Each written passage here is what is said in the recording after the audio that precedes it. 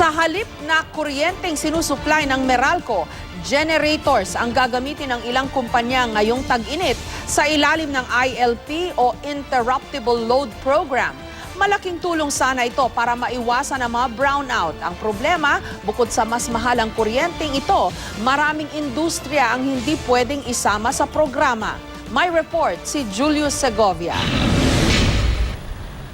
Malaki raw sana ang maitutulong ng ILP o Interruptible Load Program para makatipid sa nanganganib na reserba ng kuryente. Imbes kasi na kuryenteng galing sa Meralco ang gagamitin ng malalaking establishmento gaya ng mga mall, generators ang gagamiting pamalit ngayong tag-init. Ang problema, hindi naman daw lahat ng kumpanya ay kwalipikadong mapasama sa programa.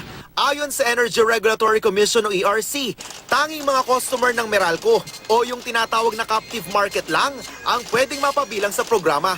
Ang problema, maraming industriya ang hindi naman sinusupply ng Meralco o yung mga nasa contestable market. More than half. Kasi nga, ito nga yung mga 1 megawatt up customers, so sila yung mas malaki ang konsumo.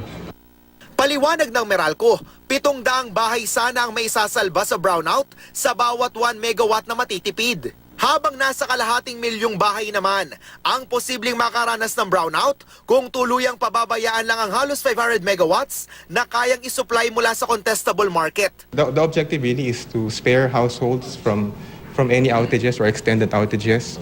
And then given that objective, we'll have to work with the other stakeholders to see how we can meet that. Aminado ang ERC na hindi madaling mahikayat ang mga nasa contestable market, lalo't hindi pa malinaw ang ilang guidelines, tulad na kung sino ang magbabayad ng para sa kabuang konsumo.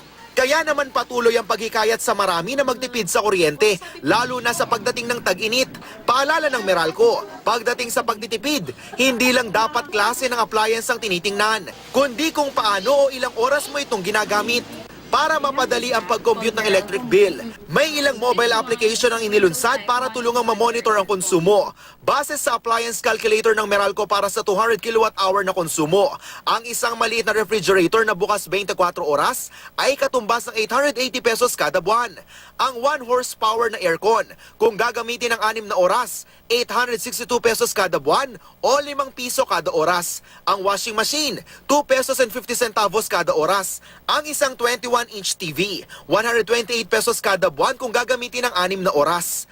Pero kapag hinayaan mo itong nakasaksak buong araw, kahit hindi naman nakabukas, dagdag na 18 pesos yan kada buwan. Ang rice cooker, kapag pirming nakasaksak sa keep warm, dagdag na 42 pesos kada buwan. Ang mga desktop computer, kapag 24 oras na naka-screensaver, may dagdag na 269 pesos. Samantalang kapag naka-sleep mode ito, 27 pesos lang ang babayaran mo. Julius Segovia, GMA News.